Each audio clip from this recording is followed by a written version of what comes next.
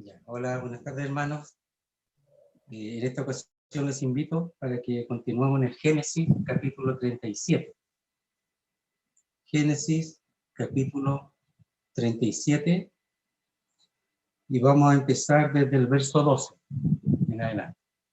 Génesis 37, 12. ¿Se escucha bien? ¿Se escucha bien? ¿Sí? Ya. Ya, ok. Dice así. Después fueron sus hermanos a apacentar las ovejas de su padre en Siquem. Y dijo Israel a José: tus hermanos apacientan las ovejas en Siquem. Ven y te enviaré a ellos. Y él respondió: heme aquí. E Israel le dijo: ve ahora, mira cómo están tus hermanos y cómo están las ovejas, y tráeme la respuesta. Y lo envió del valle de Hebrón y llegó a Siquem. Y lo halló un hombre andando él errante por el campo, y le preguntó a aquel hombre diciendo: ¿qué buscas? José respondió: busco a mis hermanos. Te ruego que me muestres dónde están apacentando. Aquel hombre respondió: ya se han ido de aquí, y yo les oí decir: vamos a Dotán. Entonces José fue tras de sus hermanos y los halló en Dotán. Cuando ellos lo vieron de lejos, antes que llegara cerca de ellos, conspiraron contra él para matarle. Y dijeron el uno al otro: he aquí viene el soñador.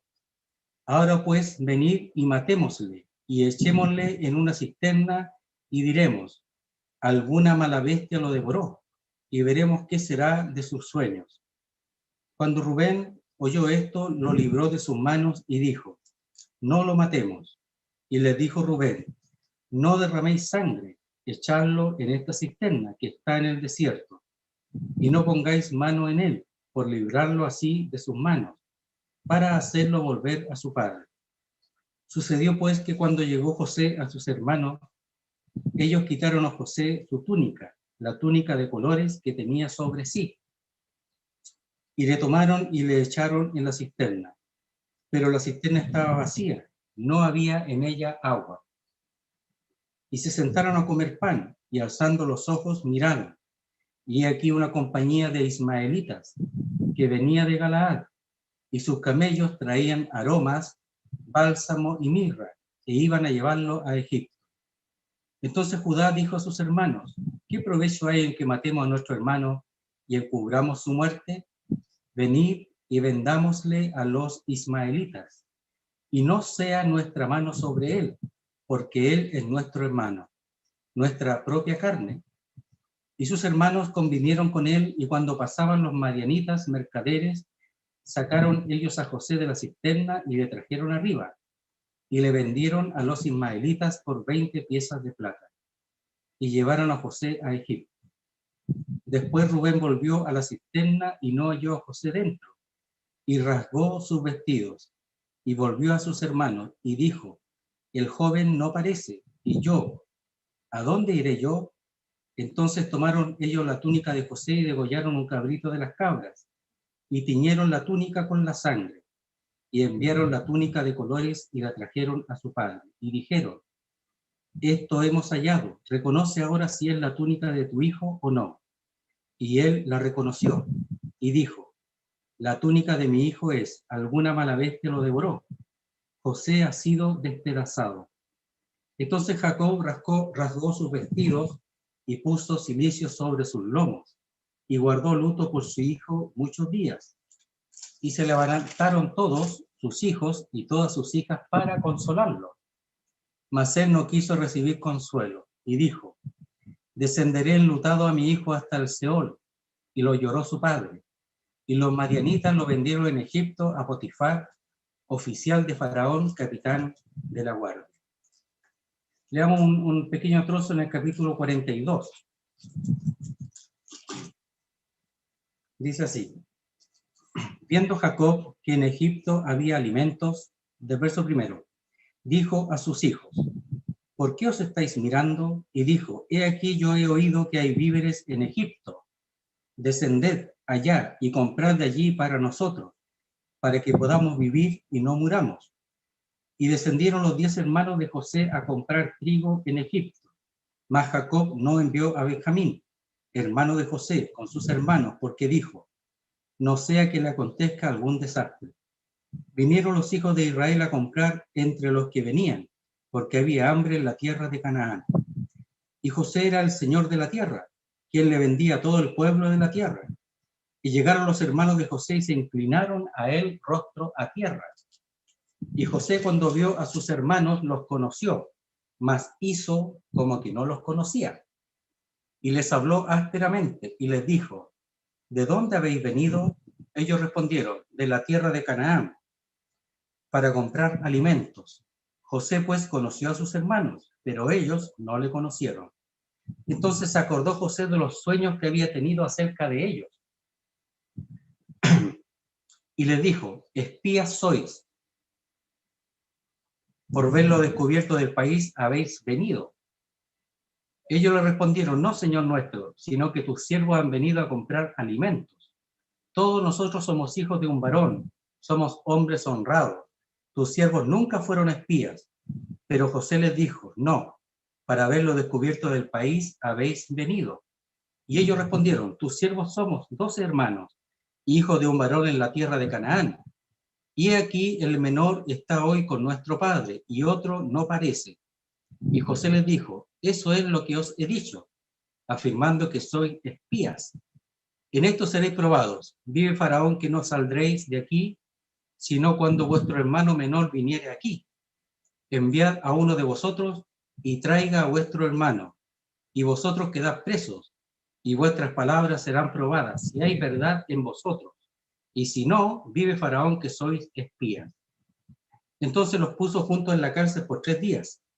Y al tercer día les dijo José, haced esto y vivid, yo temo a Dios.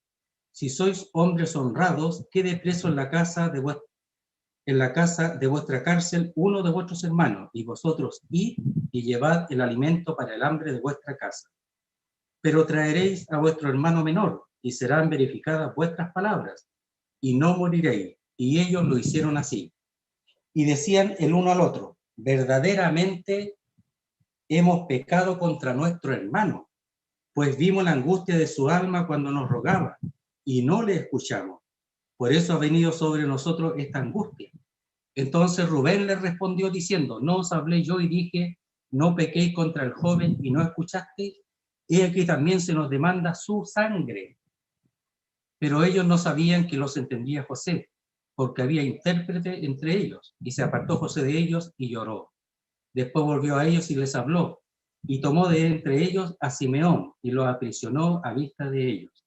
Después mandó José que llenaran sus sacos de trigo y devolviesen el dinero de cada uno de ellos, poniéndolo en su saco, y les diesen comida para el camino, y así se hizo con ellos. Muy bien, hemos leído harto, pero fíjese que es grato leer la Biblia, y de aquí vamos a ir viendo algunas cosas, algunos puntos. Leemos dos textos que en un sentido son paralelos, porque la primera parte es lo que le hicieron a José, los hermanos, y en la segunda parte es lo que José, pero para el bien de los hermanos, le hace a los hermanos. Lo que él le hace no es una vuelta de mano, sino que es un bien que quiere hacerle a los hermanos para que ellos puedan llegar a reconocer el pecado que habían cometido. Miren, una de las características de los hermanos es que José parece que sabe que eran medio mentirosos. Por eso les dice que tienen que probar las cosas que ellos dicen, porque eran mentirosos. Los hermanos de José eran mentirosos, entonces no les cree todo. Pero va a haber algunas cosas por qué José actúa así, y eso nos va a ayudar a entender que él actúa de acuerdo a cómo ellos actuaron con él. Pero la motivación de unos con la de José es muy distinta. La motivación de los hermanos era muy distinta a la motivación de José. Y en ese punto, José es una figura del Señor. Porque el Señor los acusa, el Señor quiere que ellos se arrepientan, el Señor quiere que los hombres manifiesten su pecado, que salga a luz su pecado y reconozcan su pecado. Eso es lo que busqué, y en ese punto José es una figura importante. Entonces vemos, después de ver la vez anterior los sueños de José, ¿verdad?, que son claramente interpretados por sus hermanos, nos dicen que tú vas a reinar sobre nosotros, y después cuando habla de que dice que el sol y la luna y 11 estrellas se inclinaban a él, ahora agrega al padre y a la madre. Ahora, ¿la madre quién es? Algunos piensan que cuando ese sueño del sol, la luna y las estrellas, que la luna es la mamá, que lo interpretó Jacob bien, podría ser Lea como la madre que queda, pero no necesariamente, podría ser también Raquel, porque el Señor Dios es Dios de vivos y no de muertos. Entonces podría ser también referida a Raquel o a Lea, en lugar que ha tomado en un sentido como madre de José por haber partido a Raquel. Eso en el sueño que vimos anterior. Ahora entonces vemos la confianza que tiene el padre con José, que lo tiene en un lugar distinto, tiene confianza en él, y es un jovencito de 17 años, y vimos la vez pasada que incluso los hermanos le dicen que es un niño nomás, pero tiene 17 años, pero un joven maduro en el cual su padre puede confiar. Y vimos que del verso 12 dice: después fueron sus hermanos a apacentar las ovejas de su padre en Siquem. Y Siquem es el lugar en donde ellos hicieron una matanza terrible cuando Siquem, el príncipe, abusó, o sea, tomó a Dina, hermana de los hijos de Lea, y ellos después se vengaron de todo el pueblo y mataron a todos los hombres y se llevaron, ¿verdad?, todos los bienes y las mujeres y los niños. Entonces seguramente Jacob los envía para ver si ellos están bien ahí. No vaya a haber alguien que haya querido vengarse de ellos. Y dice: después fueron sus hermanos a apacentar las ovejas de su padre en Siquem. Y dijo Israel a José, verso 13: tus hermanos apacientan las ovejas en Siquem. Ven y te enviaré a ellos. Y él respondió: heme aquí. O sea, la disposición de José era allí. Si él tenía algún servicio, era ese servicio. Como dijimos, ese vestido que le había regalado Jacob a José era de mangas largas y no era del obrero común, sino era el vestido de alguien importante. Pero ese servicio, por así decirlo, administrativo, sí lo hacía José, y él estaba dispuesto. Y dice: e Israel le dijo: ve ahora, mira cómo están tus hermanos. Entonces, ahí, esa frase donde dice: mira cómo están tus hermanos, es que el José tenía que ver si los hermanos estaban en paz, si no había algo que estuviesen ellos padeciendo por el hecho de estar en Siquem. Entonces dice: ve la paz de tus hermanos. Él iba a eso, nada más. No iba a espiarlos, nada. Iba solamente a saber de ellos, cómo estaban ellos. Para eso lo envía Jacob. Y dice: ¿y cómo están las ovejas? Es decir, él simplemente iba a ver y llevarle la información a su padre. Es verdad que José, como vimos la vez pasada, informaba, ¿verdad?, la forma mala de vivir y de ser de los hijos de Bilha y de Silpa. Lo vimos, pero esta vez solamente lo envió para saber cómo estaban, porque tenía temor de que en Siquem pudiese ocurrirle algo. Dice: y tráeme la respuesta. Y lo envió del valle de Hebrón, que para que lo anoten ahí significa sede de asociación, eso significa Hebrón, y llegó a Siquem. Fue tal como el padre le mandó. Era obediente José. Dice: y lo halló un hombre andando él errante por el campo, y le preguntó a aquel hombre diciendo: ¿qué buscas? José respondió: busco a mis hermanos. Estaba preocupado por sus hermanos. Te ruego que me muestre dónde están apacentando. Aquel hombre respondió: ya se han ido de aquí, y yo les oí decir: vamos a Dotán. Porque ellos se habrán ido más hacia el norte. Probablemente que son más de 20 kilómetros con las ovejas y todo, hacia el norte o hacia el noroeste, para buscar los pastos. Seguramente no había muchos pastos, y se fueron a buscar más pastos para sus ganados en Dotán. Y dice, entonces José fue tras sus hermanos y los halló en Dotán. ¿Por qué fue tras ellos? Bueno, porque tenía que llevarle una respuesta al padre.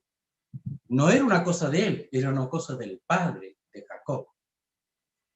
Entonces aquí lo que se ve, ¿verdad? Muchos ven en figura como el hijo es enviado por el padre.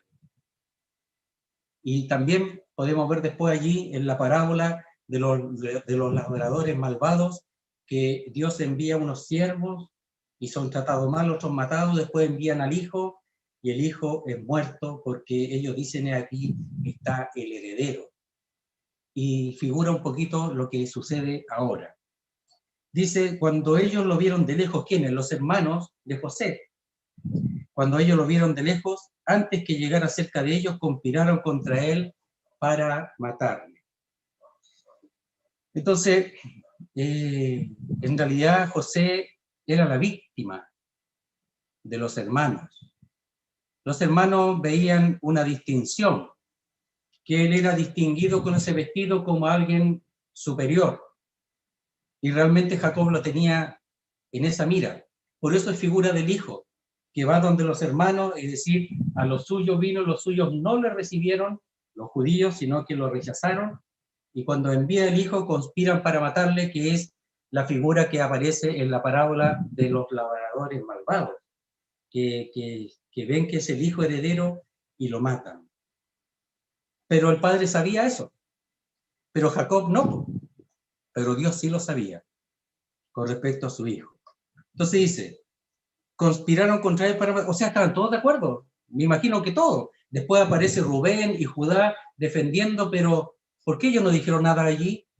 De alguna manera dice que estaban de acuerdo para matarlo. Dice, y dijeron el uno al otro, he aquí viene el soñador. Uno de los grandes problemas que tenían con él era el lugar que los sueños que él tenía le daba a José. El problema era el lugar. O sea, ellos querían ser los mayores, eran los mayores físicamente, pero querían ser los mayores en todo sentido. José era enaltecido en los sueños. Los hermanos se inclinaban a él, luego los hermanos y su padre y su madre se inclinaban a él, o eran inferiores a él. Entonces, en el fondo, eso es lo que a ellos les dolía el lugar. Rubén podría haberse quizá enojado porque era el mayor, pero todo lo contrario, Rubén lo salva de que lo maten. Después, a lo mejor se arrepintió.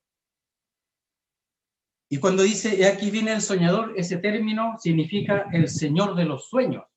Es decir, aquí viene el señor de los sueños, o también la persona de muchos sueños. Es el término.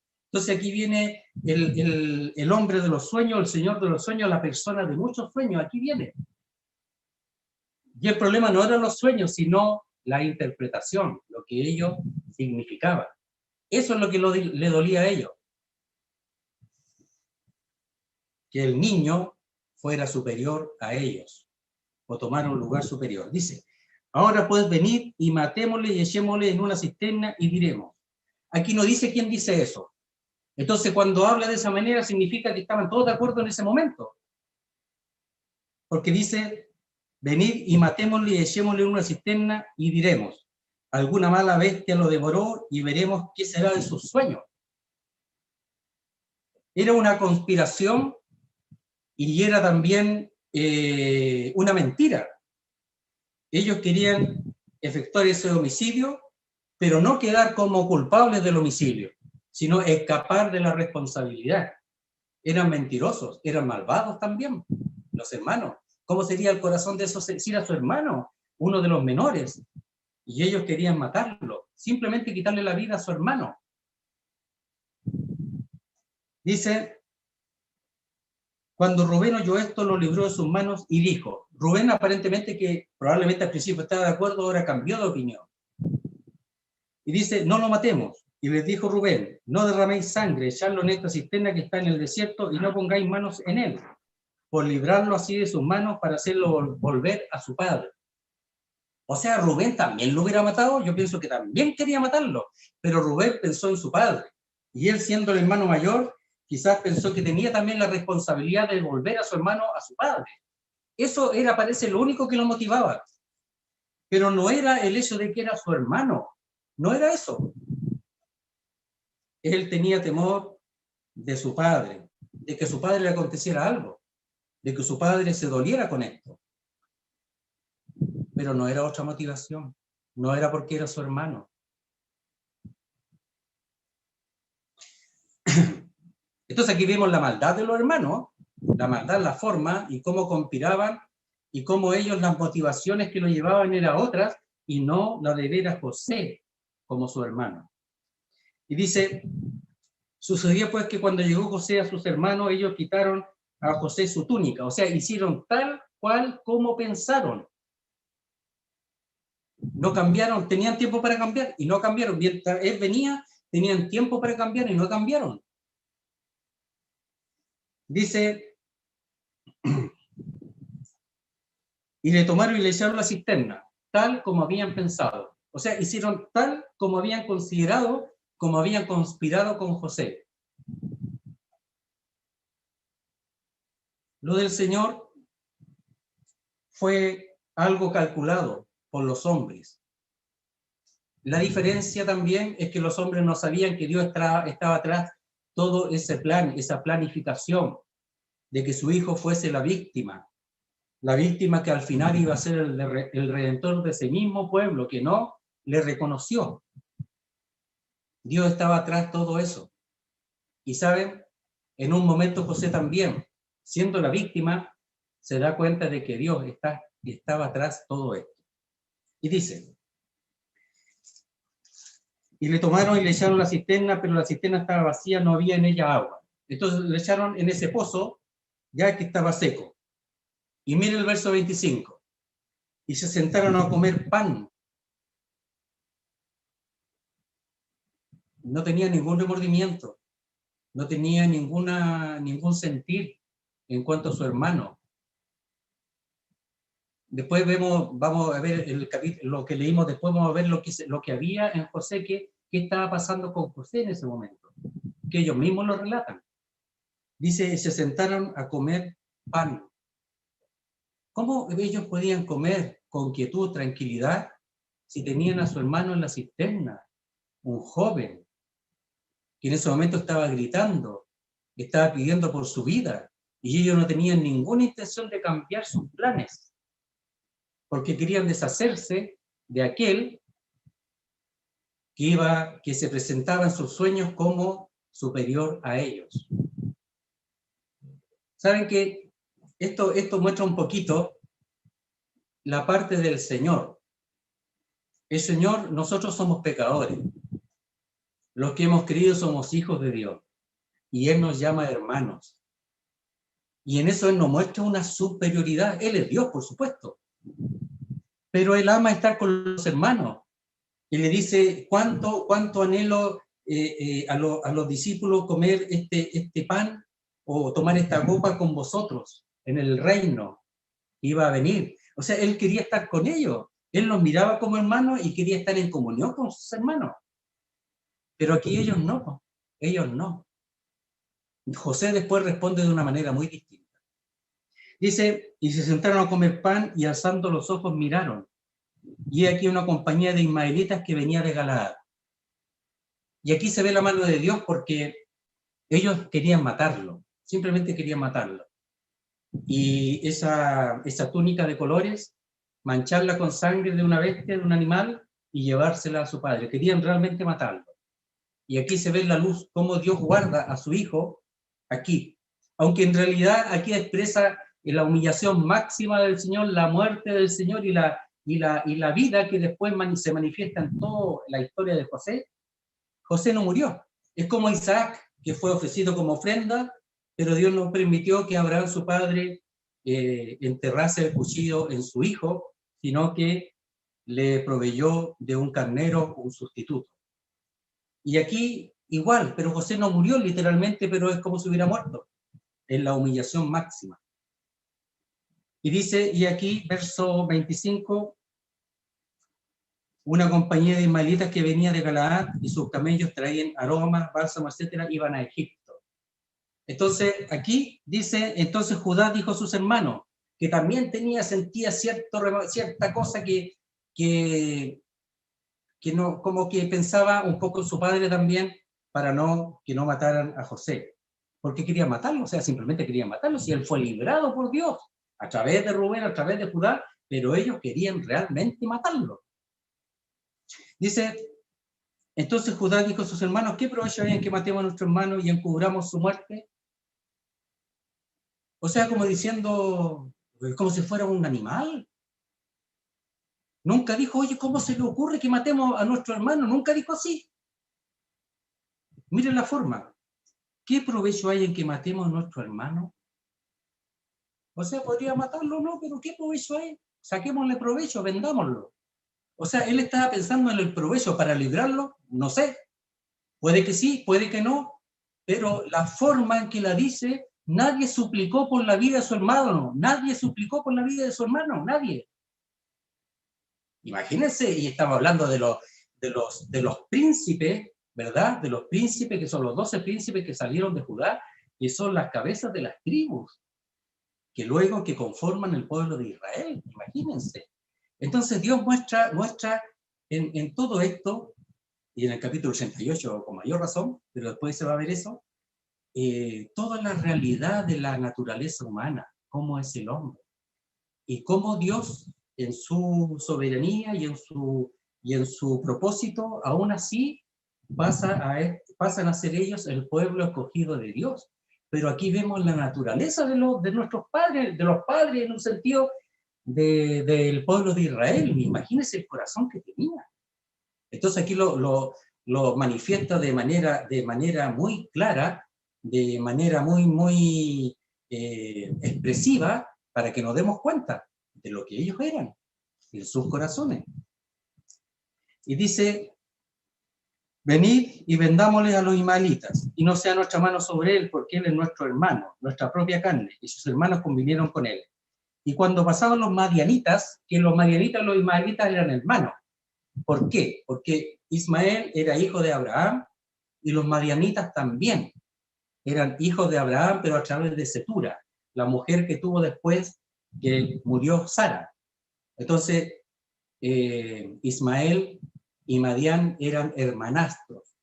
Y se habla de que estas tribus se mezclaron, ¿verdad? Eran negociantes y trabajaban juntos. Por eso ismaelitas y madianitas es un nombre intercambiable para este grupo de personas, que en este momento iban viajando hacia el sur, hacia Egipto. Y dice, cuando pasaban los madianitas mercaderes, sacaron ellos a José de la cisterna y le trajeron arriba de la cisterna. Y le vendieron a los ismaelitas por 20 piezas de plata y llevaron a José a Egipto. ¿Qué sentirían ellos allí cuando vendieron a su hermano? ¿Habrán visto la moneda? ¿Habrán visto el resultado de la venta? ¿Se habrán gozado en eso? ¿Habrían pensado en su hermano, que era llevado por personas desconocidas a un lugar desconocido y como esclavo? Siendo él uno que estaba vestido como un príncipe, ahora es un esclavo. Y habla eso, de la descendencia del Señor de la gloria a la humillación. Un esclavo. Que no sabían qué iban a hacer con él. Si iban a permitir que siguiera viviendo, no, porque algunos esclavos, los que no servían, los mataban. Vendido por 20 piezas de plata. El precio de un esclavo. ¿Qué les parece? Así el Señor también fue vendido y entregado por un valor distinto, pero era el valor que él tenía. Pero fíjese que lo que me interesa aquí es ver el hecho de qué le sintieron los hermanos al vender a José. Después habla de que al final Rubén fue a la cisterna a buscar a José y al no encontrarlo rasgó sus vestidos, y en el fondo es media hipócrita la cosa, en el fondo quizás un poco hipócrita, porque él no hizo nada, ni siquiera estaba ahí cuando lo vendieron. Tenía que haber estado ahí atento a la jugada, pero Rubén no sabemos dónde estaba. Pero sí los otros hermanos que vieron que Rubén tenía una intención de salvarlo, quizá aprovecharon ciertas circunstancias cuando él no estaba para poder sacarlo de la cisterna y venderlo. Pero Rubén no estaba y rasgó su vestido en señal de tristeza, pero luego llevan la señal de la aparente, de la mentira de la muerte de José, aquella túnica ensangrentada, tal vez la rompieron para que imitara el ataque de una fiera y se lo llevaron a Jacob. Y estamos hablando de un trato inhumano. El ser esclavo es inhumano, pero que los hermanos los vendan como esclavos es inhumano. Y fíjese que en la ley de Dios posterior era castigado la venta de un hermano como esclavo. En Deuteronomio habla que era la ley, pero posterior, no estaba en ese momento, pero habla del castigo para aquellos que vendan a un hermano como esclavo. No podían hacer eso. Eso después quedó establecido en la ley, pero fue después que esto aconteciera. Veamos la segunda parte, para hacerla rapidito. La segunda parte habla cuando ya pasó el sueño de Faraón, la interpretación de José, etc. José pasó por la casa de Potifar, oficial, era un oficial de la guardia de Faraón o de los guardaespaldas de Faraón.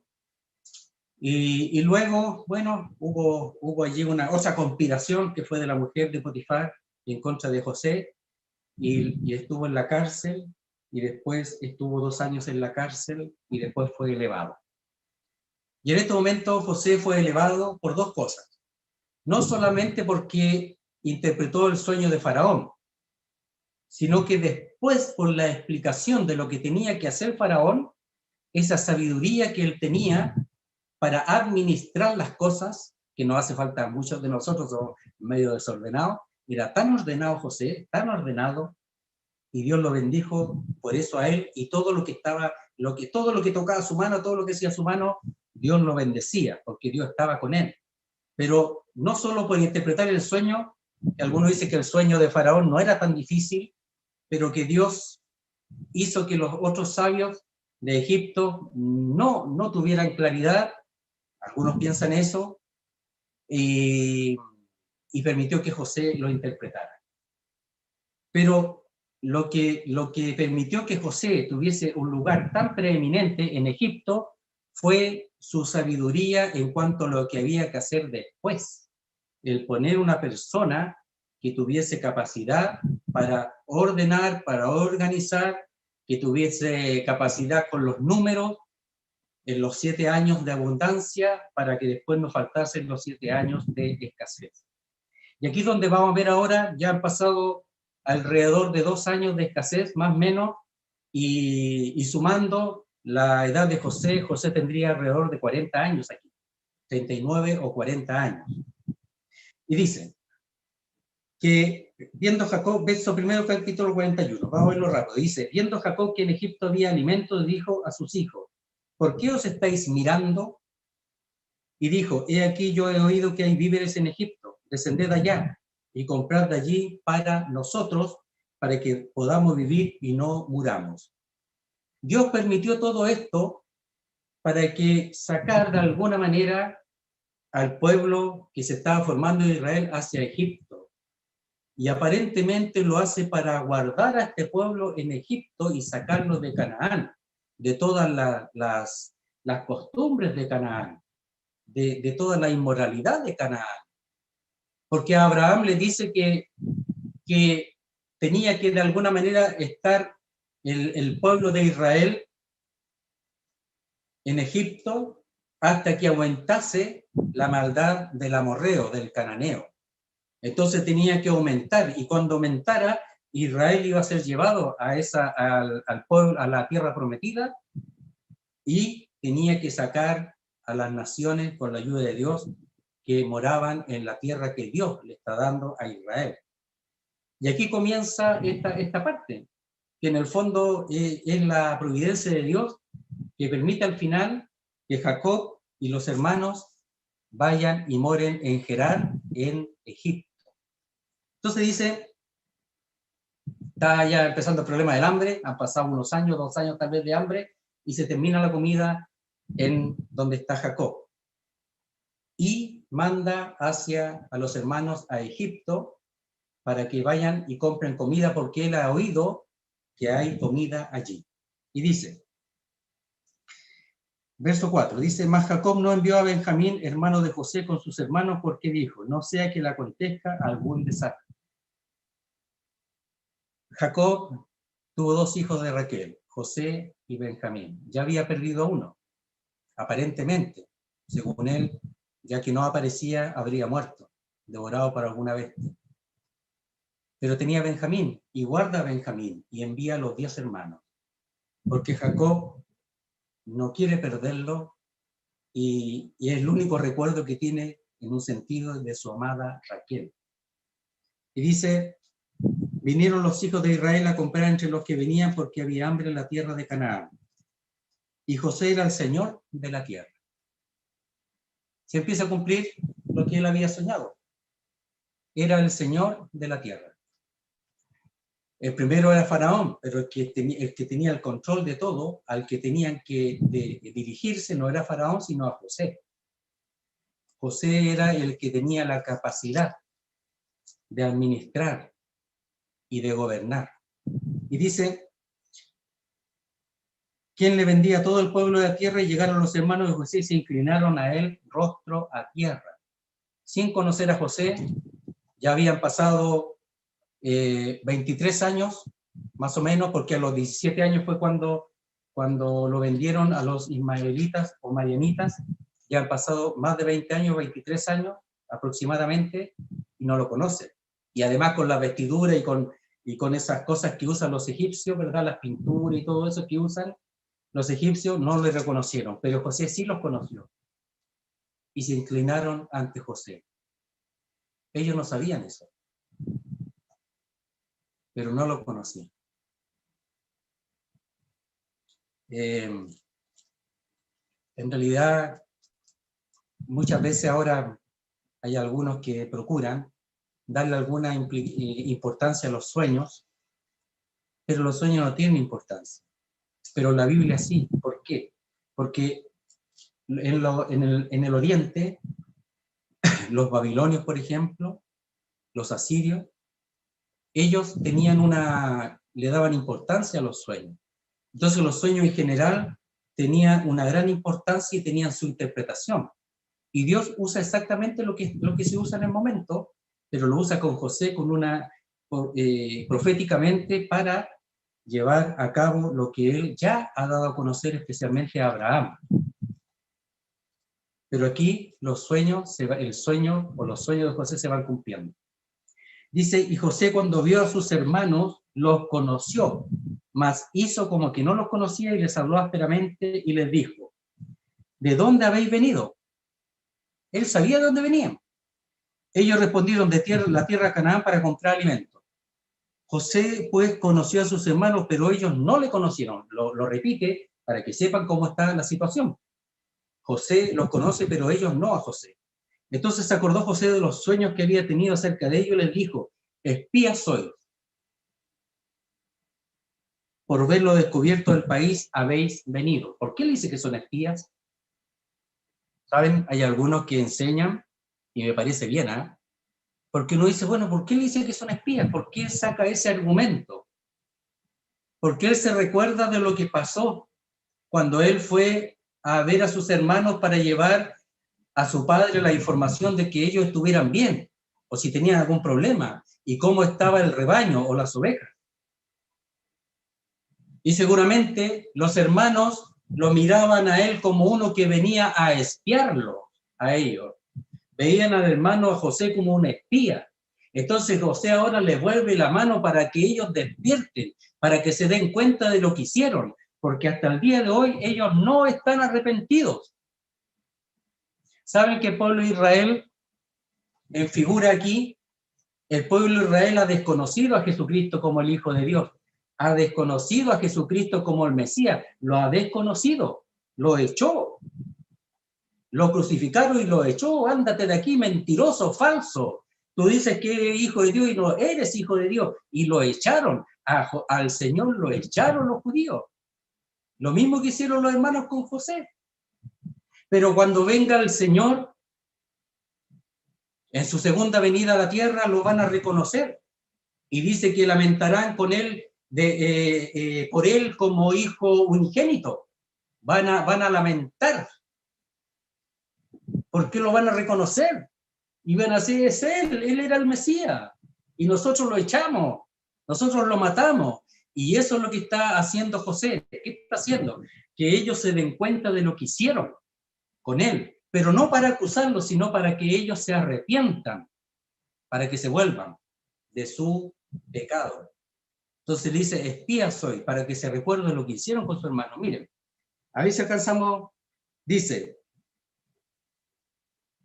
verso 10, ellos le respondieron, no, Señor nuestro, sino que tus siervos han venido a comprar alimentos. Y eso es verdad. Pero José tiene otra intención. Todos nosotros somos hijos de un varón, somos hombres honrados, tus siervos nunca fueron espías. Pero José les dijo, no, para haberlo descubierto el país habéis venido. Y ahí insiste, sabiendo que no es así, pero insiste.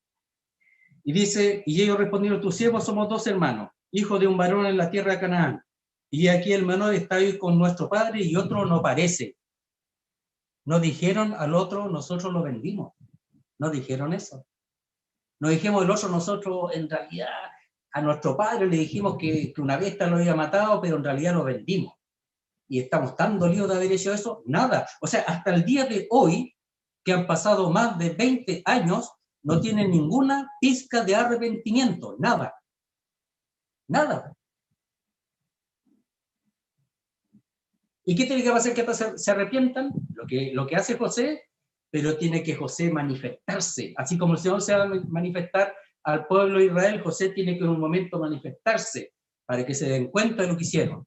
Pero además, José después le dice, esto lo ha hecho Dios para dar vida, para eso. O sea, Dios permitió que ustedes el Señor Jesucristo dice, Dios permitió que ustedes me mataran porque estaba en el consejo de Él para dar vida. Y aquí José, Dios permitió que ustedes me vendieran a Egipto, a los madianitas, ismaelitas, para dar vida. Me trajo para acá. Es lo mismo, es figura. Pero ahora importa el asunto de ellos, que ellos dicen, y otro no parece, o sea, otro está desaparecido. No reconocen su pecado, no lo reconocen. Dice, y José le dijo, eso es lo que os dicho afirmando que soy espía. ¿Por qué continúa? Porque ellos no reconocieron lo que le habían hecho. No lo reconocían. Sigamos. En esto seréis probados. Vive Faraón que no saldréis de aquí, sino cuando vuestro hermano menor viniere aquí, porque tampoco les cree, no les cree nada, porque son mentirosos. Enviad a uno de vosotros y traiga a vuestro hermano, y vosotros quedad presos y vuestras palabras serán probadas por mentirosos. Si hay verdad en vosotros, y si no, vive Faraón que sois espías. Eran mentirosos, no querían decir la verdad sobre José. Y si no decían la verdad sobre José, capaz que tampoco dijeron la verdad sobre Benjamín, porque si lo vendieron a él, a Benjamín también lo podían haber vendido, porque era hermano de José, directo, hijo de Raquel. No lo escribía ni una sola palabra. Entonces dice, entonces los puso juntos en la cárcel por 3 días. Dice, y al tercer día les dijo José, haced esto y vivid, yo temo a Dios. Es que José tenía su corazón también, eran sus hermanos. Quería que se arrepintieran, pero tampoco quiere matarlos, pero quiere que se arrepientan. Y miren lo que dice, si soy hombre honrado, quede preso en la casa de vuestra cárcel uno de vuestros hermanos, y vosotros id y llevad el alimento para el hambre de vuestra casa. Era un hombre de corazón. Pero traeréis a vuestro hermano menor y serán verificadas vuestras palabras, y no moriréis, y ellos lo hicieron así. Y a quien dejó a Simeón, y ellos fueron. Pero tenían que traer a Benjamín, porque José no les cree nada. Y miren lo que pasa. Verso 21.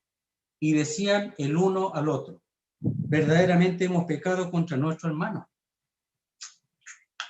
Mire, empieza a obrar, a hacer efecto la obra, la intención de José. Pues vimos la angustia de su alma cuando nos rogaba. Aquí está diciendo qué pasaba. ¿Qué hacía José cuando lo metían en la cisterna? Les rogaba, le decía, hermanos míos, ¿por qué hacéis esto? ¿Qué van a hacerme? ¿Por qué?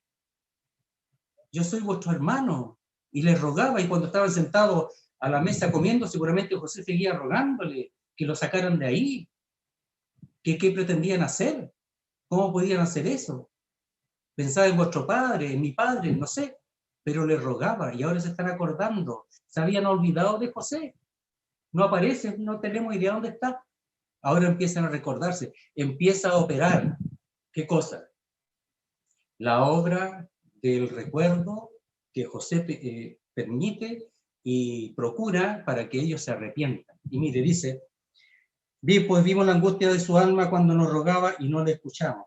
Por eso ha venido sobre nosotros esta angustia. Entonces, hermano, el hecho de recordar el pecado es importante. En el ministerio, en la predicación, el tema del pecado es importante. Hay que expresar lo que es el pecado. El hombre a la mujer tiene que recordar, hacer memoria de sus pecados para saber lo que ha hecho en contra de Dios. En este momento en contra de José. Y José procura que ellos recuerden. Y les dice, soy espía, porque él sabe que cuando José fue a verlos, ellos dijeron, este ya viene a espiarnos. Entonces, para que ellos se recuerden. Y fíjese que después, él, ya estamos en la hora, él después, en la lectura, vemos que él devuelve el dinero en los sacos, en la parte superior de los sacos, y les da el alimento, pero devuelve el dinero. Y seguramente uno piensa que para que ellos se recuerden que ellos vendieron a su hermano el dinero, y que el dinero no es importante, era más importante su hermano que el dinero, mucho más importante. Y esto fue también lo que sufrió Judas. Judas se dio cuenta que era más importante el Señor que el dinero, pero él amó el dinero, él quería el dinero y lo vendió, y después se dio cuenta que era más importante el Señor, pero no se arrepintió, no se arrepintió. Era más importante tener a José que tener el dinero. Y quizá eso José quiso a ellos hacerle despertar el dinero que aparecía en la boca de sus saco. ¿Pero qué es esto? ¿Qué es esto que no ha hecho Dios? Dice. Porque no lo está haciendo José, pero en el fondo Dios está tratando con ellos. Por eso cuando se habla a las personas del pecado, de lo que es, Dios le va a hablar a ellos para que ellos puedan poner delante de Dios sus pecados y que se arrepientan. Y eso es lo que José está procurando hacer con sus hermanos, que se arrepientan de lo que le hicieron a él, de su pecado, y lo reconozcan. Bueno, es hermoso la historia de José y los detalles. Dios mediante, después vamos a ver un capítulo que es intrigante para muchos todavía, el capítulo 38 de Judá y Tamar. Uno piensa que puede más o menos ver lo que hay ahí, pero es un capítulo intrigante. ¿Por qué está allí? Es como una interpolación, ¿ya? Es como una digresión que le llaman, o sea que como que cambia de tema, del 37 al 45 está hablando de José prácticamente, esto es de José su hermano, pero el 38 está Judá y Tamar. ¿Por qué está allí? Dios mediante, un momento lo vamos a ver eso, y también decir algunos otros detalles con respecto a la situación de José y sus hermanos. Muy bien, hermano, el Señor bendiga su palabra.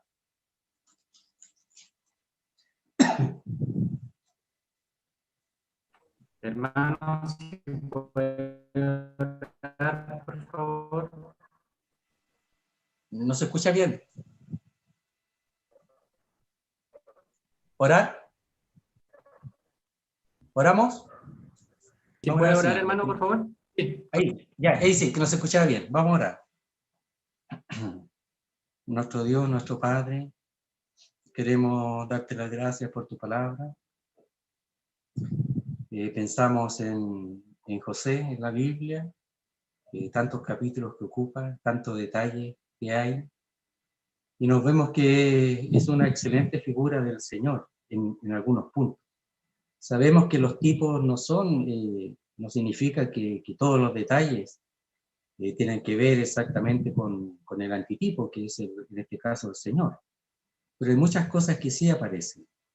Por tanto, es hermoso poder verlo, poder ver la dureza del corazón de los hermanos, pero cómo tú, Señor, a través de tu siervo, de José, tú procuras el bien de él, porque el bien del hombre es que el hombre se arrepienta, que reconozca su maldad. Y eso es lo que aconteció con ellos. Claro, después al final ellos tenían temor de alguna represalia por parte de José, porque no tampoco ellos le creían mucho, porque como ellos eran mentirosos, pensaban que José también podía estar mintiendo y haciéndole una trampa, pero no era así. El mentiroso piensa que todos los demás mentirosos son mentirosos, y el ladrón piensa que los demás también son ladrones. Pero realmente, Señor, nos damos cuenta de cómo es tan vivo la Biblia, cómo muestra el carácter, la personalidad, el corazón de los tuyos, e incluso de aquellos que son los cabezas de las tribus, los príncipes de las tribus de Israel, la maldad que había en ellos. Y aquí vemos que todo es una obra tuya, es voluntad tuya, es tu soberanía. El santo eres tú, el perfecto eres tú. Y queremos darte las gracias por tu palabra, queremos rogarte que puedas ayudarnos en nuestras vidas, poder darnos cuenta de lo que le hicieron también al Señor, pero como tú estabas tras todos aquellos detalles. Queremos darte las gracias, tu ayuda para seguir viendo más en tu palabra preciosa, rogarte por la familia de Eduardo allá en Venezuela, que tú les guardes, les cuides a ellos, por el hecho de la partida de nuestro hermano Freddy, y te pedimos tus cuidados para ellos. Y por la hermana mencionada que ha tenido problemas de salud, también. Te rogamos por cada uno de los creyentes, Padre Santo, te rogamos también por tu obra y por el Evangelio, por aquellos que aún no te conocen y por aquellos hermanos que se han alejado de alguna manera, para que tú los vuelvas a las cosas tuyas. Quedamos en tus manos, una vez más te damos las gracias y lo hacemos todo en el nombre bendito y glorioso de nuestro Salvador, el Señor Jesucristo. Amén, Señor.